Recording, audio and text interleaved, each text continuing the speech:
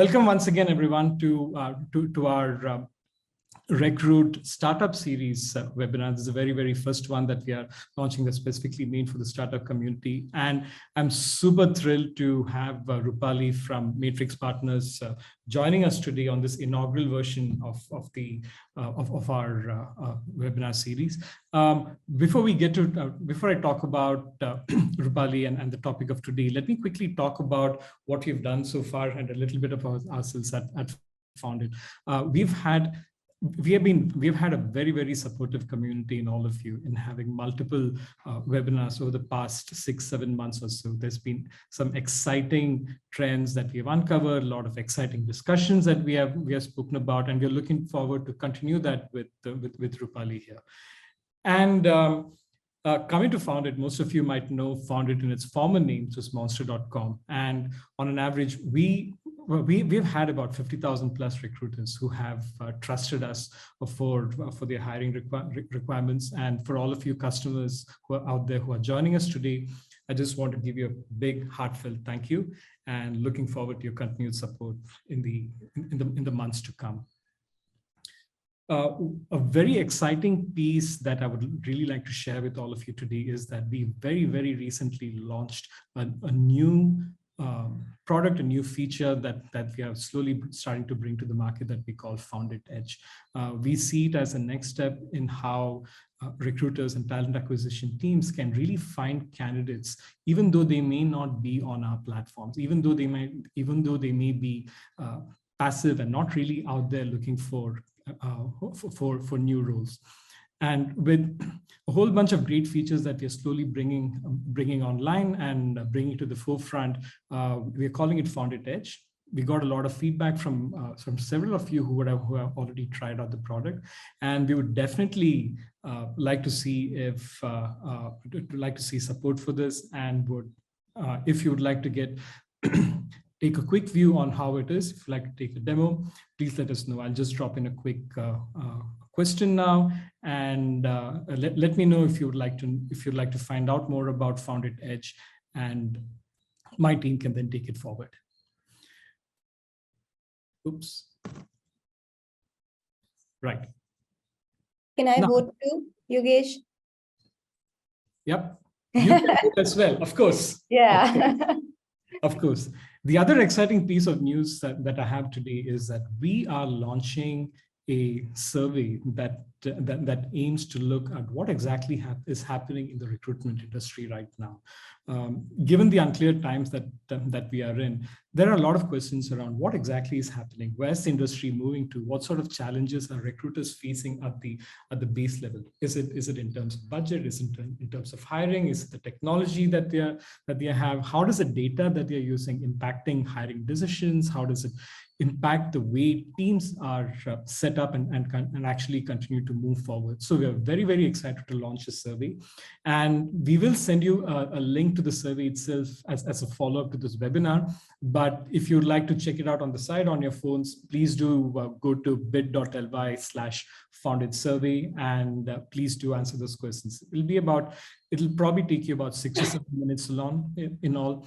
And once you fill out the survey, once we have the survey results ready, we'll be glad to share it with you, glad to share it with the community, so that as a recruitment community, we'll actually be in a better position to actually know what is happening, what is the sentiment, prevailing sentiment that is there in the market at this point of time. I'm just going to stop the survey for now, but just go forward. In terms of hiring itself, so some data has shown us that there is an increase that we have seen around agri-tech, AI machinery, automotive and e-commerce technology from a startup perspective. And we do expect hiring to increase in certain sectors, and we are seeing softness in some other sectors, especially the core IT. According to the Foundit tracker, that it's a monthly report that we launch at the end of every month, and the next one should be coming up pretty shortly. And this actually sort of sets us in place to talk about RecRoute, our 20th session. and I'll introduce Rupali, our speaker, right? And Rupali is going to talk about how can startups really look at their recruitment strategy? How can talent acquisition specialists such as yourself, recruitment specialists such as yourself, really get into a mind space to make sure the right team is in place, the right opportunities are present to the candidates, and so that we actually have situations where candidates want to join you and you're able to showcase the best of your value proposition. So a little bit about Rupali. I've known Rupali for a while, a personal friend I've known for a couple of years now, and I wanted Rupali to come on some of my webinars, and I really thank you for being able to take the opportunity today. And Rupali's resume is impressive, to say the least. A 40 under 40 winner. She is extremely committed to making sure that startups and startup founders are able to build the very best team for themselves.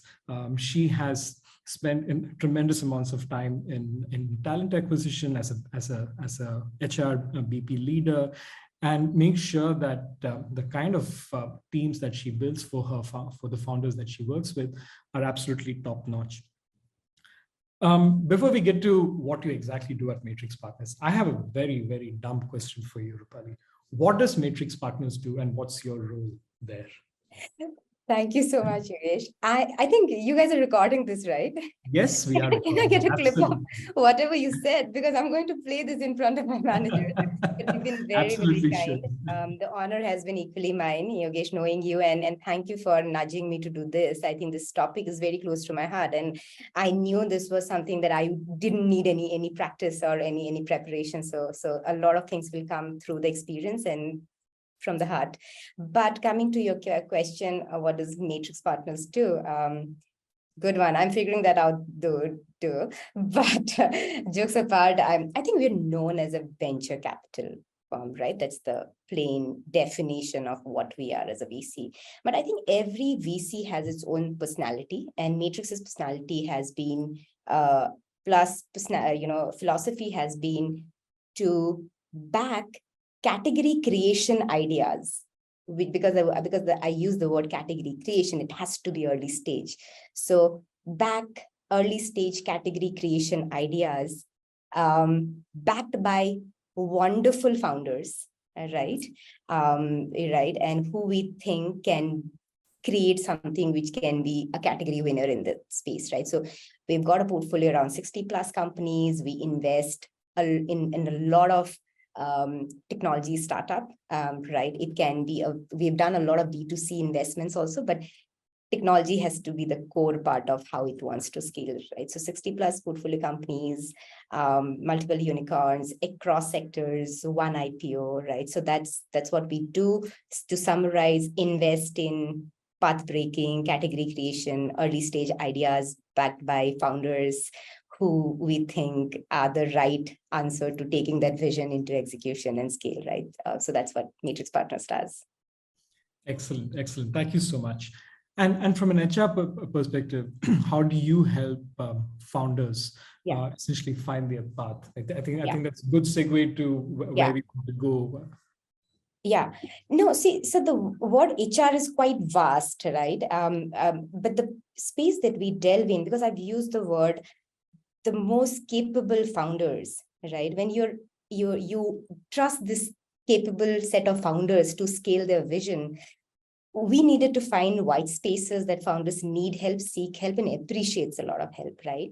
And one of the big reasons that startups don't succeed, right? If you pick up any study, depending on what study you picked up, you'll find not having the right team as one of the top 3 or top 5 reasons, depending on what study you picked up, right?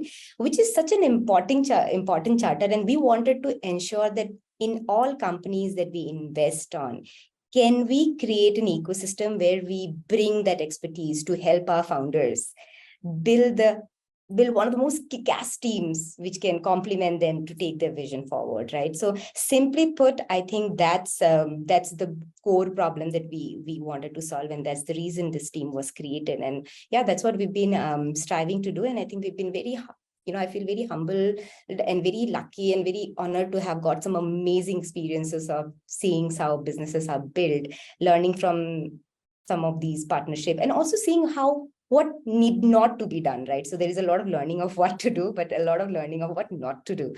So I think that's what we've been doing, trying to complement our ecosystem by building some of the best in-house teams.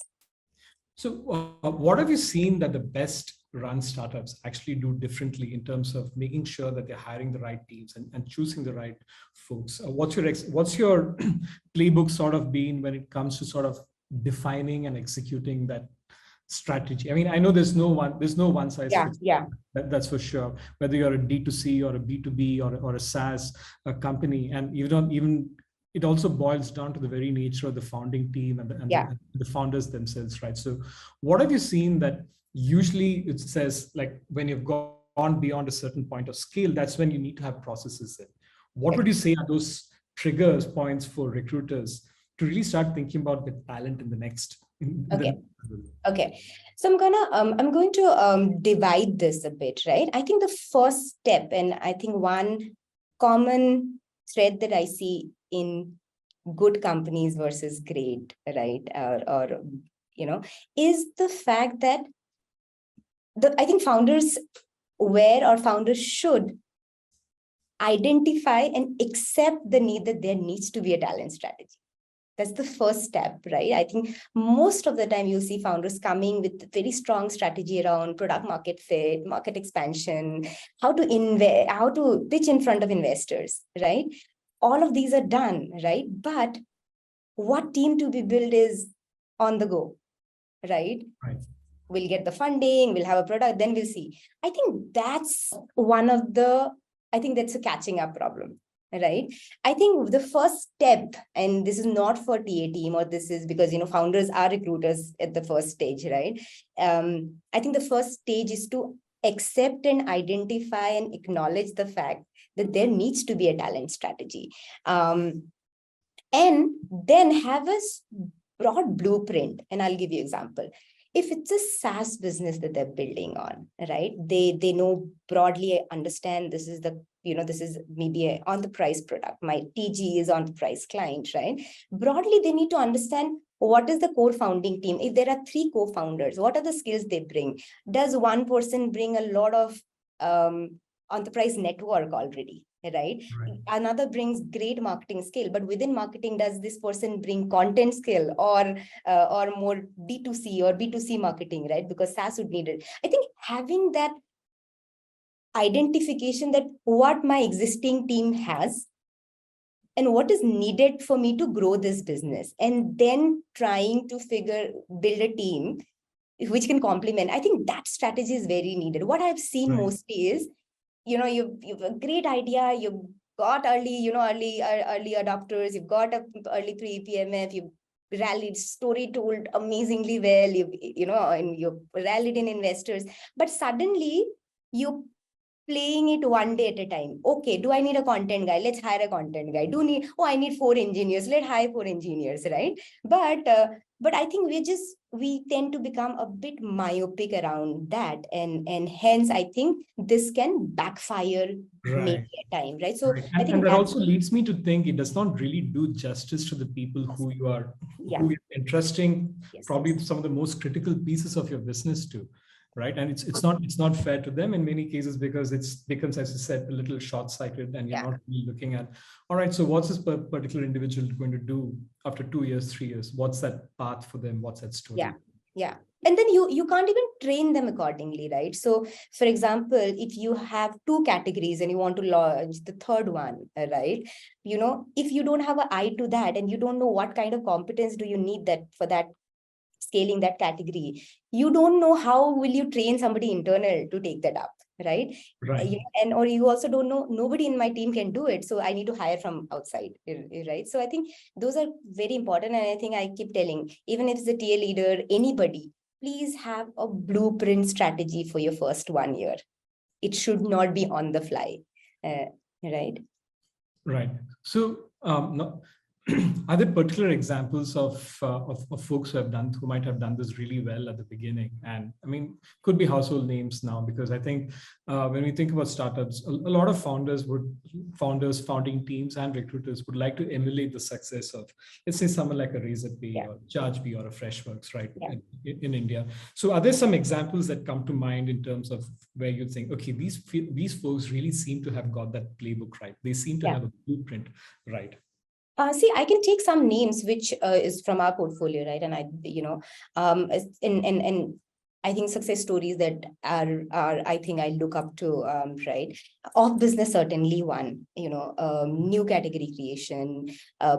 Ashish was very clear of the fact how he wanted to build the team. The entire founding team was very clear that how they wanted. So if you see, they went into a campus hire mode, right? They were very clear that I'm going to onboard management trainees. And for that, they needed to be very clear that we are going to create an engine who trains these management trainees, right? And hence their hiring model was also designed in such a way that they were okay to give break to management trainees to lead certain categories, right? So everything has to be tied up. Having that plan and executing is very important. If you look at Shashank, who's building the whole truth, right? He's very, very brand, very, very missionary to the problem that he's solving, right? So he was very clear of the fact that whoever comes to the whole truth needed to resonate with clean food as a business, right? So he was very clear that I'm going to hire people for their on how they resonate this problem, right? And then I'm going to build a team bottoms up. So I think that clarity is very, very needed. And I think these two definitely, there are multiple others, right? These two I definitely think are great examples. Right. Basically also because you took that name, right? It's a very tech first, that they wanted to ideate, innovate a lot, right? So if you see, the core team was combination of very, entrepreneurial techies, right? Who were very entrepreneurial. I'm using the board together, who want to innovate, but also solve different problems through technology, right? So that was very, very high class team built. Right. And a lot of this, to me, it seems that it might be an early stage sort of challenge, right? So maybe first 100 employees, where the founding team is very, very closely involved with a lot of the hiring decisions. But as you scale, how does that change? How do you pass on that passion to the to the talent acquisition team? So let's say I were a talent acquisition specialist at a startup. We have about 200, 250 people. It's a large enough clip that it's not possible for the CEO or the founding team to look at every hire.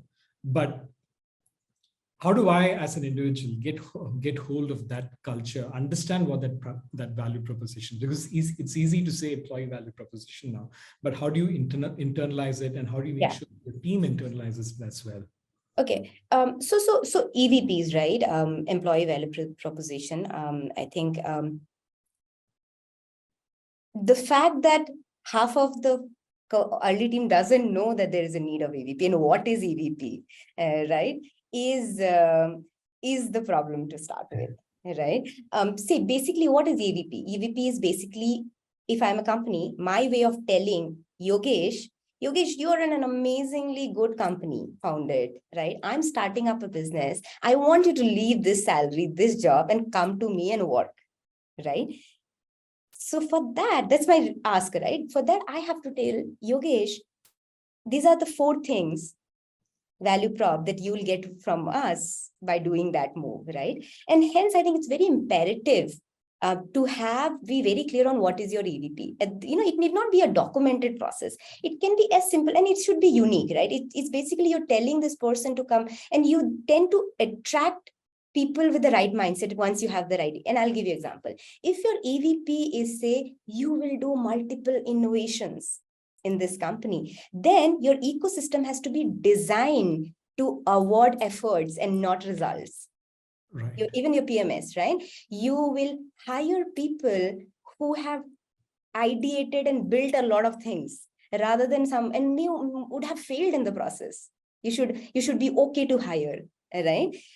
If your value prop is, you are going to get amazing work-life balance, then you need to create benefits accordingly.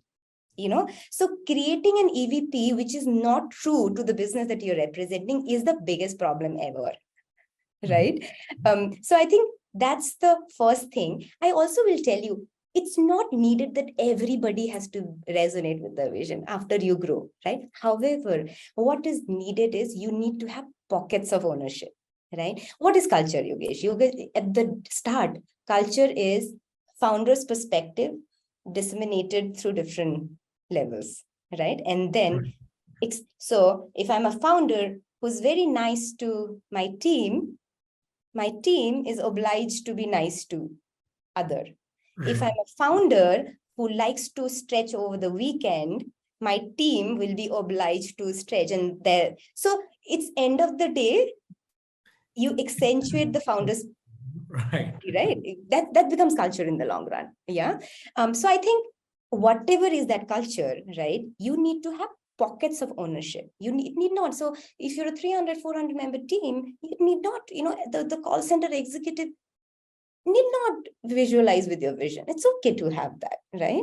But is your customer support head, does he understand how important having a NPS is, so that he creates his own pockets of expertise underneath, right? So I think founders should be okay to not have everybody thinking aligning with his vision, but he should ensure that his core team, and that's the reason your EVP should be quite clear, then you're attracting the right person. You cannot say, okay, this is, there are founders who are very clear that, my company is going through an hustle mode. I will stretch, right? Unless you clearly call that out, however, you'll stretch, but you'll do a lot of good work, right? Then if you're not clear and consistent about it, you're attracting the wrong kind of people. Maybe you have somebody who wants to do startup, but may have different priorities. The person enjoys his 9 to 5 work, right? Yeah. It's a wrong fitment for this person who joins and the company too. Yeah. So you have a consistent EVP. If you look, because, LinkedIn is there. If you look at LinkedIn's value prop EVP is LinkedIn Life, right? So if you see their entire policy processes, their tonalities around work-life balance, long breaks, mental leaves, taking care, pets at work. So it's a lot around that, it works for them. This EVP sounds very fancy, but may not work for some other company, right? So just for the heck of replicating a fancy EVP, we should not do it unless it works for the company. Right. And it seems that if you don't truly believe that these benefits are of actual value for you, and it's something that you can extend on a consistent basis, you might as well not offer them, right? So yeah. I know that the days of like even at Google, I know that they've now stopped a lot of the kitchens, and the foosball teams are being drawn back, and it's happening across a lot of companies even now. But if you have to say that, if you start talking about these benefits that truly attract people, yes, the mission is one, the founder's mission is one. The salary is another. It's all sort of like a 3-leg stool. So you have the mission, you have the salary that is there, and there's also the culture that you want to sort of adopt and bring in. Now, given that there's so much bad press also happening when it comes to bad managers at startups, where do you see, or how do you see candidates really looking to get a lot of this information from? I know there are friends and there's Glassdoor, there are a bunch of sources where you can get information, but how do you make sure that at a fundamental level, you're sort of sinking in through the interview process, whether it be through any interactions that you have? How do you match frequencies, I guess? Yeah. See, it's a bit tricky, and it commands also homework on the side of the candidate, right? Because most often than not, we delve into a conversation, salary kitna hai, designation kitna hai, and all of it. It's a very tactical conversation, right? I think assuming a company is very clear on the EVPs, right? That, guys, this is going to be a high hustle culture. This will be no work. I have had founders who are very clear from the fact that no working from home. Mm-hmm. And this founder knows that he will struggle work, but then he's attracting people who's prepared for this, right? Without taking names, when we were in the pinnacle of glorifying work-life balance and work from home and stuff, you have seen companies calling out different names, working from Goa, working from anywhere, right? and then suddenly pulling them out very subtly, one step at a time. My thoughts would be, we shouldn't do that. Right? Because see, I'll tell you, to each its own, to each company its own. If it works for a company beautifully well, then you have to be mentally prepared to be okay. You cannot say we will have work from home. Then you are putting tracking mechanism on your laptop so that you can, employees can't even toggle between windows. Right? I think that's not, you need to then create a system wherein you're trusting the employee to deliver, right? And you need to have measuring criteria. If your business is such that it doesn't allow you to do that, then you may not, just to glorify that ecosystem, bring that policy into play. Because Yogesh, we're all in the business, we're all in the process of contributing to growing a business. Right? Everything is good to have. Business building is the need to have, right? So benefits should work for both, Right. for the employee and the employer. Right. It's almost as if you're saying it's a transparency problem and not a benefits problem. Yes. And I think just romanticizing it when it is not needed, right? Romanticizing it and then struggling to stay up to that romanticism you've created. Right. Yeah. Right. Because I would rather want a company who's very clear, 6-day working. This is it. You'll hustle a lot, but you will do some amazing work and then clarify further, right? Right. Cool. Now let's switch streams just a little bit. Let's get a little bit executional, right? Since a lot of people who are on the audience today are recruiters, and I'm sure they're dying to know how is it actually working at a startup as a recruiter. The founder story is one. Now thinking about some of the challenges that people face, a lot of startups might not have existing databases that they have, right? So they might not have a deep candidate pool. So how do you see talent acquisition specialists and recruiters really up their social game in terms of attracting talent, and how do they need to level up as individuals? Yeah. So before we do that, you need to ensure your founder understands the value prop, right? You have a clear EVP. All of these is hygiene, right? If your founders are not, or your leaders are not giving you, sit on the table and ask for it, right? I think as TA professional of HR, we undermine our own ability for, around the impact that we can create. Right. So if an information is needed for you to do your job better, ask for it. That's the first one. I hope all of you don't go back and fight with the managers asking for more information. But I think it's May the 4th. It's time to fight. Yeah, it is. If you don't fight for the data that you need, for the access that you need, you're not doing the company a favor. Strategy is now again a function of what stage of business you are, right? If I have to plot, and just let's mentally plot in a X to Y axis, right? If you have to pace, right? And how fast do you need it, right? Highly critical and fast. Highly critical, you don't need it super fast, right? Let's plot that mentally. If hiring is highly critical and needed it's sensitive, right? Then you need to have very clear strategy. You have to go buy out talent right from the market. Right. There is no other way of doing it. Building a team which cannot deliver for the time is not needed. We've had, when TikTok went out of business, we've had products launched over a week, right? Those team couldn't have sat there and said, I will launch it in 5 months down the line, right? Timing. So if you need 10 engineers for this, you need 10 engineers. So you may either rally in from the other BUs and other work prioritize, or if you can't, then you get people. And then because you don't have the bandwidth to train them, you have to get people who can do it as on yesterday. Very clear, right? So at that point in time, I think pace over anything else. Okay. However, if the need is critical but not immediate, then I will give training to potential. I will build a team wherein good people, hypo, who will be trained.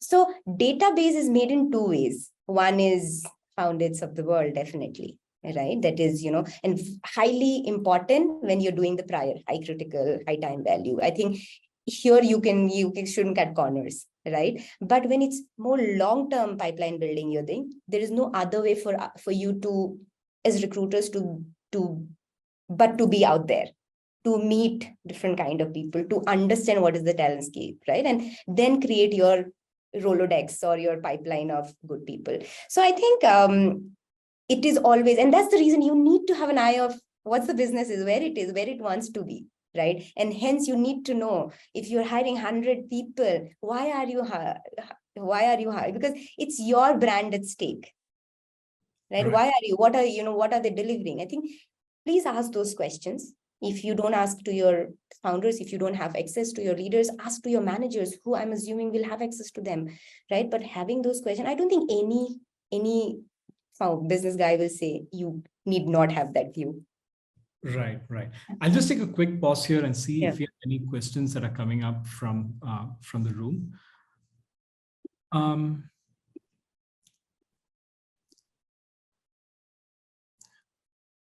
All right, so there's one comment which says that, is culture abstract? Right, and I'm guessing the tone of that question is, it is hard for someone to actually define culture. Yeah. Right. So if you had to, if you ask me the question, Yogesh, how's the culture at Foundit? I would say, I love it. I love the pace. I love what's happening. But that might not be the right answer for you as an individual, right? But then how do you make something that's this abstract into something that's concrete, so that as you're starting to reach out to your stakeholders, which in this case are the candidates, you owe them you do them. I like the word you use, Yogesh. I think we do. It's our fiduciary responsibility to be honest, right? I think represent the right culture. And maybe, our understanding of the culture is wrong, but whatever we're representing is based on our understanding, right? And I think it's our fiduciary responsibility to have the right understanding of that culture. So I'll tell you what, I think, is culture abstract? I don't think so. It's very abstract. It is more vague in a way. What is good culture for me may be very not the good culture for you. It's very people dependent, right? I may be somebody who loves high hustle culture. You may be somebody who loves a different kind of culture. I may be someone, so it totally depends on, do I resonate to that culture, right? And that's the good and bad. But I'll tell you what, one problem that I have is culture isn't something that you can design and put, right? And most of the time I see culture, let's focus on building a business and let's think on culture at a later stage, right? I'm married to a fitness freak, and I think I've learned a bit of stuff around health. So, one thing I've realized is, and a very good analogy. Okay, so when we are working, right, we're hustling, we're focusing, we tend to ignore our health, and we say, okay, we'll let us focus on our work now and achieve what we need, and then we will focus on health at the later stage. And we reach a situation when unwell or whatever, and then suddenly what happens, we start going to a gym and we lose weight and all of it, right? That's an intervention we've done. However, we have picked up habits of not eating on time, not sleeping on time, not hydrating enough, right? So if you put that analogy in a company, right, how much you pay, what benefits you give is not culture. Those are interventions. Day one, how you respond to your employees, how you take interviews, how you close feedback loop. Do you spend time telling about a role? These are the nuances of culture, right? So culture would be how people pick up a culture of a company. I've had, I've responded to people on email, and, I've been surprised to hear people read, oh, I love that you're responding to our email. It shows the culture of Matrix, right? And, and those are the symptoms that people take as our culture, right? Because it shows that Matrix has a culture of responding back, getting back to people. Now, because I'm revalidated, now I will ensure my team also responds to every email. So now I'm percolating that culture because I've seen ROI. So the culture is by doing and not just by saying. Correct. So it has to be. It is so many times people say, I want to look at culture, and they'll pressurize people to put Glassdoor ratings and all, right? Which is such a wrong way of doing things. It should be, and you create an ecosystem where your employees themselves want to go right. Right. Yeah. Absolutely. So Absolutely. that would be culture for me. And, but I think it's very difficult to be, it's all of us are carrying that in a small Yes. way. So it's almost as if, and and it needs to be demonstrated by the recruiter during the entire process itself, right? In the way that you respond on the phone, respond on Yeah. WhatsApp, respond to an email, or even a rejection itself. It's Oh, it's yes. it's so it's so important to get that right, so that you don't you show who you are as your professionalism as an individual Yeah. and a professional as an organization. No, Thank you. true. So we do have one more question. So for folks on the call, please do use the Q&A button to ask your questions, and we'll try to take in as many as we can. One question that's come up is about artificial intelligence. With so much being said about Chat GPT, Yeah. right? So as a marketer, I'm always concerned about, all right, so how is AI going to change things for us? It's pretty symbolic moment in human history. How do you see artificial intelligence really causing a change for recruiters, either in terms of their jobs, because are recruiter jobs going to be replaced, or is it not, or do you see it as a need? Yes and no, and I'll tell you why, right? We can look at AI taking our work away, or AI complementing us to do our work better. Depends on what side of this narrative you want to be. How do I look at it is, will this optimize recruitment team? For example, I'm thinking out loud, and I'm sure your team is working on it. I'm sure the founded team is working on integrating AI to a better search mechanism, right? Cleaning up junk data, cleaning up non-relevancy, right? Is it helpful? Yes, I think very. If my hiring is very search based, right? Can I use AI to make that funnel more clear? Right? Yes, I think if I needed 50 sourcer for this, sourcing guys only, can I do it with 20? Yes, unless the other 30 scales up and skills, I think those jobs would definitely be at stake, right? It is, but AI, you have to look at AI as an opportunity which will create different kind of jobs, Right. right? So I think if I look at, I am a prolifically ardent user of any new technology that comes, right? And HR should be. I think I'm sorry if there are a lot of HR folks, and I think HR for a community who hires some of the best tech folks, our involvement in using tech or our interest in using tech is very low, right? And I think we need to be ahead. So I use tools for introductions, I use tools for data, so I love using tools to optimize my work better, right? So but when you're hiring, so when you're storytelling, AI cannot storytell. Then in case tomorrow, founders will use Chat GPT to pitch to investors. It doesn't work out that way, right? You will always need that, that people power. And hence I say, I think we need to, as TA professional, we need to move away from being recruiters, which is a very tactical, open position. Can I fit in, right? To becoming talent acquisition professionals, right? Which is identifying big problems, identifying people who can solve this problem and putting it out together. And I'll tell you subtle difference. A recruiter in a company, and if I may be representing a lot of you, and I was this at one side, a recruiter is that person who gets a JD and goes around doing Boolean search in foundits and Naukris of the world, picks up 10 resume, gets interview, one gets finalized, and one get hired. It's a recruiter job, right?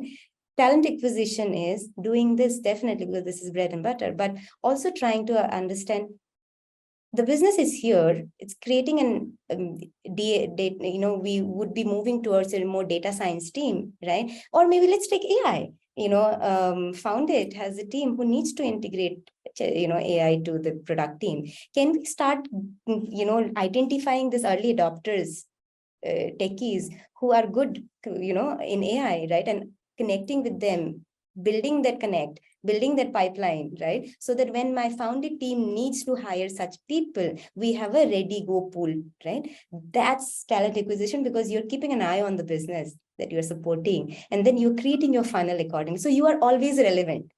you're never non-relevant. Right. Right? Right. Excellent. I'll just take a quick pause here. I have one poll that I want to launch. It is about it's about startup challenges, because I know you've spoken a lot about startups, and I want to hear from the audience.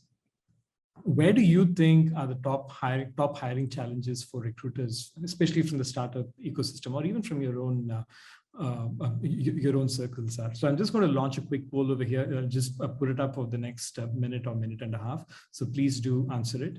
And while that's happening, I will also read out the next question that we have. So it's an interesting one from Ajinkya, right? So, are there what books do you suggest that folks on the call can read up about hiring and recruitment? So let me expand that question a little bit, right? So now with books, with consumption becoming so small, what blog posts, podcasts do you listen to that you would recommend to the audience? Okay. I don't read recruitment books. I don't listen to recruitment podcast, right? But yes, I am a big content consumer. Okay. I listen to content when I'm driving. I listen to content when I'm doing some chores at home, right? I'm listening to content, not music, which is very crazy when I'm working out, right? Because I really enjoy that process, right? So figure out what kind of content comes to. Some people like reading, some people like listening, so it's some people like audiobooks. So figure out what you enjoy, because when you have to do it consistently, it needs to be something that you enjoy. I look at business stories. Yeah, so if I have to look at, I will look at I'm listening a lot around what's happening in the AI space, both sides, right? How AI can be dangerous and not dangerous. I'm trying to create my own point of view around it, right? You initially did a poll, and I could see, and I was feeling very excited by the fact that I could see that trends play out already. And that's, I think, benefit of being part of a VC, because I could see why there is a lot of hiring happening in agri-tech, right? There is a lot of hiring happening in you had mentioned around climate, right? A lot of these around commerce, right? So you will see a lot of companies. So I think as recruiters, we also need to know what's playing out, or the trends playing out, right, in the ecosystem, because whatever big trends are happening, companies will build in that space. Wherever there's building happening, recruitment will happen there, right? So I think having a edge in knowing that industry, that sector, is way better than knowing recruitment. Recruitment is no rocket science. Sorry to say this, but recruitment is identifying the problem and finding the right person to solve the problem, right? So unless, so my hack has been not doing recruitment training, but doing a lot of business, right? Business training. Business reading, yeah. So. Right. I think that makes a lot of sense, right? Because as a hiring manager, if I'm looking to hire a product marketing manager, right? So I would want to make sure that my recruitment partner understands why I'm hiring for this particular role, so that the person who ultimately comes in is able to fit in with the needs that my team has. Yes. And I think that's a very, very interesting point to make. Which actually leads me to the next question. We have a couple of questions that's around the expected slowdown that's happening, right? Yeah. So there is a slowdown, and let's address the elephant in the room. Unfortunately, teams of from all over the spectrum are being impacted, right? What are your words of advice for HR teams, especially for recruiting teams, who are sort of going through this while the velocity might have slowed down in some cases, or might have been cut back? So where do you think people should be spending their time and energy as they sharpen up themselves? Yogesh, I don't think there is a slowdown, but I think this correction was around the corner. It was way delayed, right? It's more of a reboot than a full stop, right? It's more, so I think what was happening last 2 years wasn't the norm, right? And we thought that was the norm, right? So if I will give you a sense, a lot of in my portfolio, across my portfolio, right? My team is swamped with hiring numbers, right? However, the difference is hiring is more mindful now. It is not, okay, come over, we'll figure out a role for you, right? Hiring is more about, what do you bring that is complementary to my team, right? So for example, I'll take your team's example. You have a marketing team, right? You're a marketer in a SaaS ecosystem, right? In which I'm assuming there would be community, there is a content, there is a perf marketing, there is enterprise marketing, right? So now what will happen is when you relook at it, I'm assuming today you'll look at who comes. Do I have a competence which is not content? Am I getting a person who complements my team from a content? So I think hiring is moving more from generalist to more, what is your moat as a skill do you It's bring? more Specialist, right? Yeah, it has to be some special and everything else is good to have, right? I think hiring is more towards, if it's finance, are you looking for a business finance guy versus a controllership guy, right? If it's technology, are you looking at this dev tool versus another, or are you looking at EM guy who's only done people management versus EM who's done hands-on coding, right? So I think a lot of those are clear, and hence I think you will find things not moving as fast as it used to be. So market will correct, right?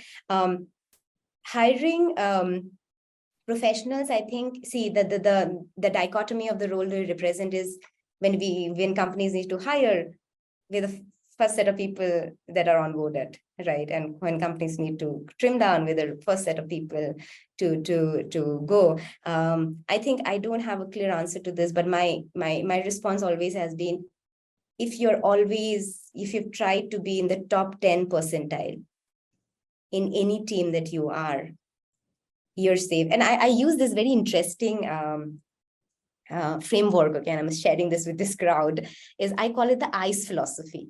I is for industry, C is for company, and E is for employee. And I'll tell you. So whenever I have to look for a job change, right? Most of the folks who have changed in the last 2 years looked at salary, role, designation, location, flexibility, work-life balance, all of it. Great. I'm not doubting you guys, but I think those were more myopic in nature and has bitten a lot of us in the wrong place. My strategy always, my personal strategy, is somebody reaches out to me, right? I look at what industry this company is, because if it's a booming industry that's going to be booming in the next 5 years, right? It ticks my first box, right? So if somebody reaches out to me from, say, all these companies who are not hiring, right? Aerospace or telecom, right?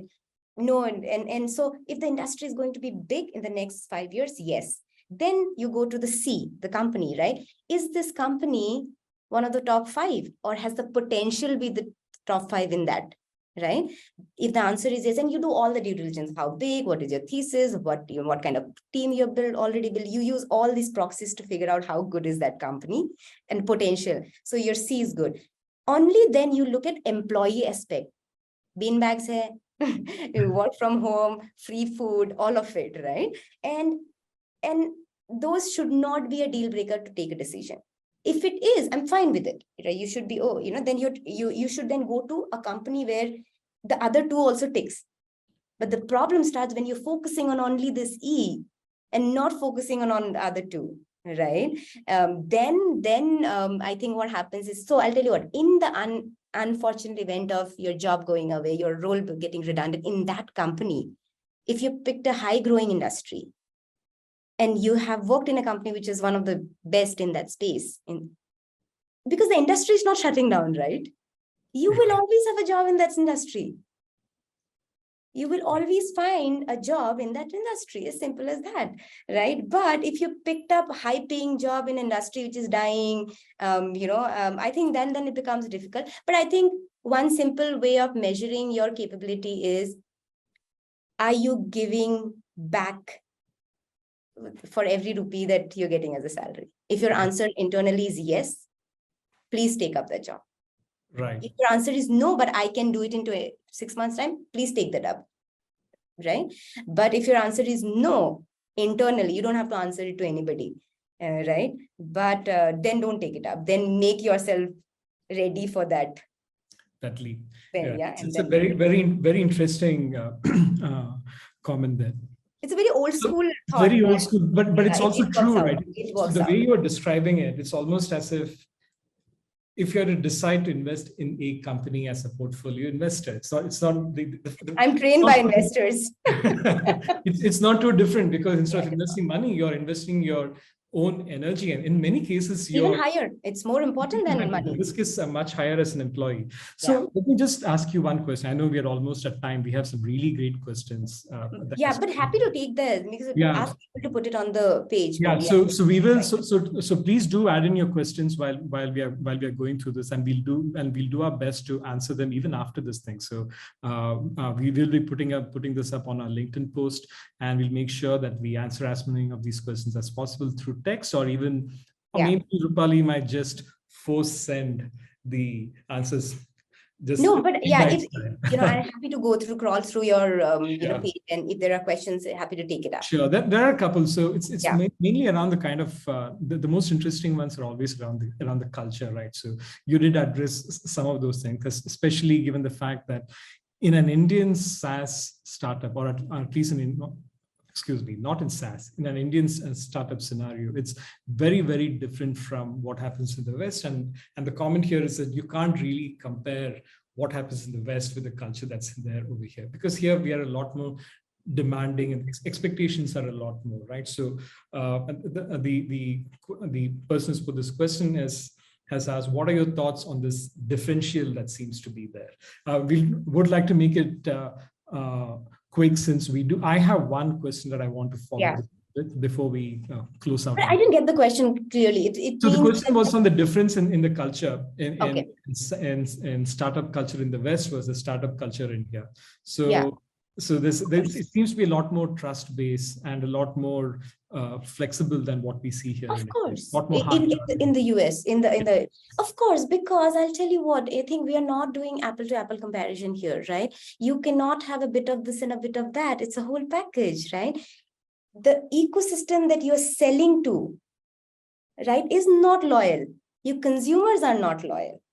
Right? In the sense, so I'll tell you, see, we don't act in a trust-based ecosystem. So for me to expect, we don't open our doors like, I know in Sweden, a friend of mine sent, kids with prams, right? They, so that they get nature, exposed to nature. Parents can put the kids on the pram and leave it in the park. Can you imagine us as parents doing it? Oh my God, looking at the news made me worry, right? So from that ecosystem, of course, people will be trustworthy, right? In our ecosystem, forget kids. People are kidnapped from inside houses, right? So I think it's a very part of our DNA. So I think the expectation, I think I don't have a problem with the expectation. I will ask you to be realistic with that expectation, because context doesn't say switch. The person that we are outside our office step with the same person inside office. We don't change, right? So I think, yes, I think we're not doing apple to apple. Are we changing subtly? Yes, we are changing subtly. We don't work in an ecosystem where employers can hire you in Jan and fire you in March. But we also work in an ecosystem where employees have 10 offers, holding on to that and letting it go and informing, right? So in that ecosystem, maybe the 10th role you picked up, you cannot come to that company and expect trust. Right. Yeah. So I think the cultures are different. I think it's just the combination of how we are integrated. I think that expectation is a bit unrealistic. So it will hurt you beyond anybody else. So I think reboot your expectation is my task. But I don't think we'll go there anytime soon unless we culturally evolve overnight. Right. Great. I know we're almost on time, but I do ask this question of everyone that I interview over here, right? So what are your words of advice to a talent acquisition specialist who's at their very early, in a very early stage of their career in a startup ecosystem? What words of advice do you have? Three. See, guys, I am not a trained TA professional. I do believe if I can do it, and I would like to believe that I've done a good job, all of you can do it, right? But take up TA, not by omission, but by choice. Take up this role only because you you see value in your career, right? Or you see you have strength that can complement you to do this better, not because I don't want to do anything else. So that's the first thing. So take up this job for the right reasons, your motivators should be good, right? So that's one. Second thing is, don't look at yourself as a recruiter, as a TA, as an HR. We are not an entity in itself. We are a function which has been created to grow a business. So we should know business first, then we should know HR. So once you know your business, so I think strive to know the business that you need to complement, right? Once you know that, adding value and figuring out different ways to add value, it will come very naturally to you, right? There's the second bit. And third is, I think there is no one playbook. You can create your own playbook, right? You don't have to refer to a Rupali Sharma's playbook, or a marketeer should not refer to a Yogesh's playbook, right? It is your playbook. You have a problem to solve. You can create different ways to, so get experimental. And I think that also, I've recently met a TA person, and, she was working in a very leading lending ecosystem, and I was so proud to talk to her because she joined as a TA, took up HR, understood more of business, started solving more business problems, understood that she got more high by solving those, had founders, and she ended up transitioning into a chief of staff role, right? And which is amazing. So be fluid, be generalist from that point of view, right? And figure out what is your strength. And you don't have to stick to a TA only because you've taken a break into it, right? If you feel this is not for you, please transition out. Excellent, excellent. Yeah. Thank you. Thank you so much for this, Rupali. I know we are at top of the hour. I have learned a lot, and I'm sure that our guests have learned a lot as well. I really want to thank all of you for taking the time out today on this session, on our very first RecRoute for the startup series, and I do hope that you join us for the next one. Rupali, thank you once again, and we should do this once more. And this has been lovely, Yogesh, and I thank everybody for the patience. I am very active on LinkedIn. I generally respond to people. By now, you can understand. Feel free to reach out. Happy to share more learnings from what we have learned, what to do and what not to do. But I definitely believe that this community has a lot to offer, and where we are and how can we contribute in building some of the most kick-ass businesses of the future, right? So look forward to, all the best for RecRoute. I love the name, right? Love it, whoever came up with it. Very, very creative, right? And if you've not copyrighted it, can I steal it for one of my community that I'm, but just kidding, lovely. And if you have a, sample 1, sample 2 names that you didn't pass it on to me, but sure. Lovely name. And thank you so much for doing this. And I hope this was helpful to people who listened. Sure, absolutely. Yeah. Thank you once again to our audience. Please do take a minute out to complete the survey. I sent a link on the chat, but if you want to look at it later, it's bit.ly/foundit survey. Really appreciate your inputs, because I think it will go a really, really long way in telling the entire recruitment community where does the future lie? What sort of sentiments do we have? And I'm really looking forward to all of your inputs, and look forward to seeing you on the next webinar that we'll be hosting shortly. Thanks again, and have a good day.